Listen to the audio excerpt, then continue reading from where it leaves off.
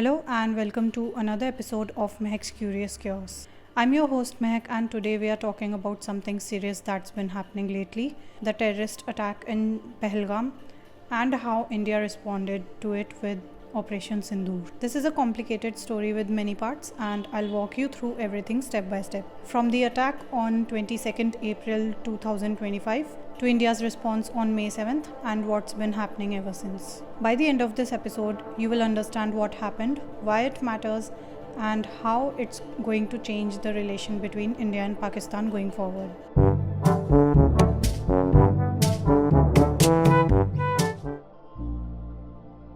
Let's start from the beginning. On 22nd April 2025, four armed gunmen entered the Besaran Valley, which is a tourist place about 7 kilometers from the town of Pahalgam in Jammu and Kashmir. This beautiful meadow, surrounded by pine forests, can only be reached by walking or on horseback, and it was filled with tourists enjoying their vacation. The attackers were heavily armed and wore military-style uniforms, and what happened next was a terrible massacre that shocked the entire nation. The gunmen specifically targeted non-Muslim tourists, particularly Hindu men. In a deliberate act of religious violence, they separated tourists based on their religion, asking for their names and telling them to recite kalma to identify non-Muslim people.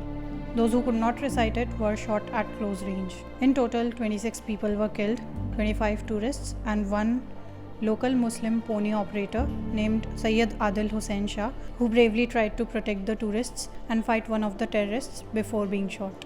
The tourists killed came from various states like West Bengal, Maharashtra, Karnataka, Gujarat, Kanpur, Haryana, and so on. One tourist from Nepal was also among the dead. In a particularly disturbing detail, the terrorists reportedly told the women that they were being spared to tell the story of their men's killing to Prime Minister Narendra Modi. One attacker was even heard saying, "Go tell Modi," after killing a man in front of his wife. The attack was accidentally filmed by a Hindu tourist from Ahmedabad who was ziplining during the incident. This footage shows scenes of panic, with injured victims begging for help and bodies lying on the ground. Right after the attack, the locals showed amazing kindness by helping with the rescue efforts. Members of the local pony handlers group rescued 11 tourists using ponies and makeshift stretchers. Gurudwaras in Kashmir opened their doors to shelter the tourists who were fleeing the area in fear. A terrorist group called the Resistance Front, or TRF, which Indian intelligence believes is connected to the Pakistani group Lashkar-e-Taiba, first claimed responsibility for this attack. In a message on Telegram, they linked the attack to their opposition of non-locals settling in Kashmir after the region's special status was removed in 2019. They specifically mentioned being angry about outsiders getting residency certificates. Interestingly, 4 days later, on 26th April, TRF took back their claim, stating that the first statement was due to a communications breach, and they even had the audacity to blame the attack on Indian intelligence. India responded quickly. PM Narendra Modi cut short his visit to Saudi Arabia and returned back to India to hold a meeting with the security officials. Home Minister Amit Shah travelled to Srinagar to check on the situation. India's National Investigation Agency immediately started investigating, and the Jammu and Kashmir police released drawings of 3 suspects believed to be involved in the attack. The investigation identified 4 terrorists involved in the attack: 2 Pakistani nationals, Ali Bhai alias Talha and Asif Fauji, and 2 local Kashmiris, Adil Hussain Thokar from Anantnag and Ehsan from Pulwama. Security agencies identified 3 leaders behind the attack: Lashkar-e-Taiba Chief Hafiz Saeed and his deputy Saifullah Kasuri, both in Pakistan, and Hashim Musa, a former Special Forces soldier in Pakistan's military who joined Lashkar-e-Taiba and was believed to be hiding in south of Kashmir. The attack made the already tense relationship between India and Pakistan even worse. After meeting with the security officials, the Indian government announced 5 major decisions. Immediately stopping the Indus Waters Treaty with Pakistan until Pakistan stops supporting terrorism, closing the main border crossing between the 2 countries, banning all Pakistani nationals from travelling to India under a regional visa program, cancelling all previously issued visas to Pakistani citizens, and expelling Pakistani military advisors from their embassy in New Delhi and withdrawing Indian advisors from Islamabad. On April 24th, Pakistan responded with stopping the visas for Indian nationals and also closing its airspace for Indian aircrafts. That night, Pakistani and Indian troops exchanged gunfire at several points along the line of control. The attack sparked widespread protests across India condemning the violence. Unfortunately, it also led to a rise in anti-Kashmiri and anti-Muslim feelings, with reports of harassment, evictions, and threats against Kashmiri Muslims in various parts of the country. After 2 weeks of planning and gathering information, India launched Operation Sindoor on May 7, 2025. The word Sindoor refers to the red powder traditionally worn by married women, symbolizing the widows created by the Pahalgam Attack. At 1:05 am, India carried out 24 precise missile strikes on 9 terrorist bases in Pakistan and Pakistan-occupied Kashmir. The operation lasted just 25 minutes, ending at 1:30 am, jointly carried out by the Indian Army, Navy and Air Force. The 9 targets included terrorist facilities in Muzaffarabad, Kotli, Bahawalpur, Rawalkot, Chakswari, Bhimber, Neelam Valley, Jhelum and Chakwal. Among these was the Markaz Taiba terror base in Muridka, Pakistan, which had been a training center for terrorists involved in the 2008 Mumbai attacks.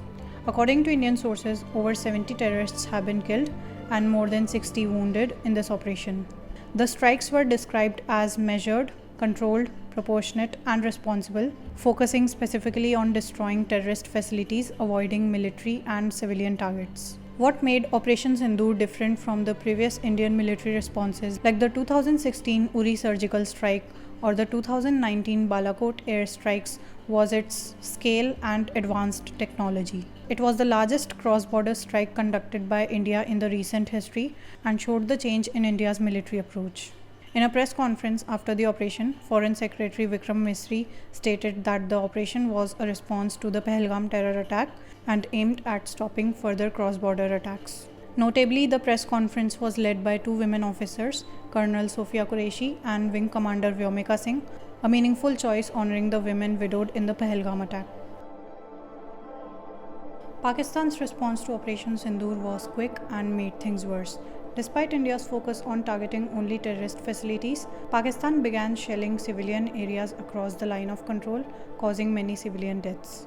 Jammu and Kashmir Chief Minister Omar Abdullah noted that while India went out of its way to ensure that no civilian or military targets were hit, Pakistan's response was anything but proportionate. In the late hours of May 7th and early morning of May 8th, Pakistan tried to hit military bases in 15 Indian cities across northern and western India, including places like Srinagar, Jammu, Pathankot, Amritsar and others. They used both missiles and drones to attack.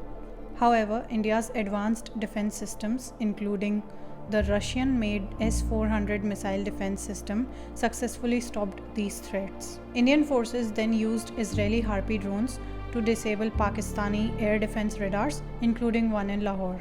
The Pakistani shelling got worse on May 8th, resulting in at least 16 civilian deaths, including 3 women and 5 children. An Indian Army soldier, Lance Naik Dinesh Kumar from Haryana, was also killed during the fighting in the Poonch sector. On May 9th, Pakistani forces made fresh attempts to target Indian cities with drones and missiles. These attacks were reported in Gujarat, Punjab, Rajasthan and Jammu and Kashmir, prompting authorities to activate defense systems, sound warning sirens and enforce blackouts in many areas. India reportedly shot down a Pakistani F-16 fighter jet during these exchanges. The international community closely watched these developments with concern. The United States, United Kingdom, European Union, and many other countries issued statements calling for restraint and de-escalation. After Operation Sindoor, Pakistani media and government sources started spreading false information, claiming that Pakistan had struck back by launching missile strikes at 15 locations in India and had destroyed Indian military bases. These claims were quickly proven false by fact-checkers and independent analysts. Pakistani officials also faced embarrassment on international media. During an interview with Sky News, Pakistan's Information Minister Ataullah Tarar claimed that India has targeted civilian areas only to be fact-checked live on air by Yalda Hakim. Similarly, Pakistan's Defense Minister Khwaja Asif spread false information about shooting down Indian fighter jets during a CNN interview but could not provide any evidence when questioned by Becky Anderson. Meanwhile, global media outlets like New York Times, The Washington Post, CNN, and BBC covered India's strike with a focus on India's restraint in targeting only terrorist facilities while avoiding military and civilian targets. The human cost of these events have been significant. Beyond the 26 victims in the Pahalgam terror attack, the following border shelling has caused more civilian deaths on both sides. In India, at least 16 civilians, including women and children, have been killed due to Pakistani shelling along the line of control. People in border villages of Punjab's Firozpur district have started moving to safer areas due to these tensions, while panic buying of groceries and fuel has been reported in Amritsar and Batala. India also conducted practice emergency drills across 244 districts on May 7th to test emergency response systems, the first such drills since the 1971 war.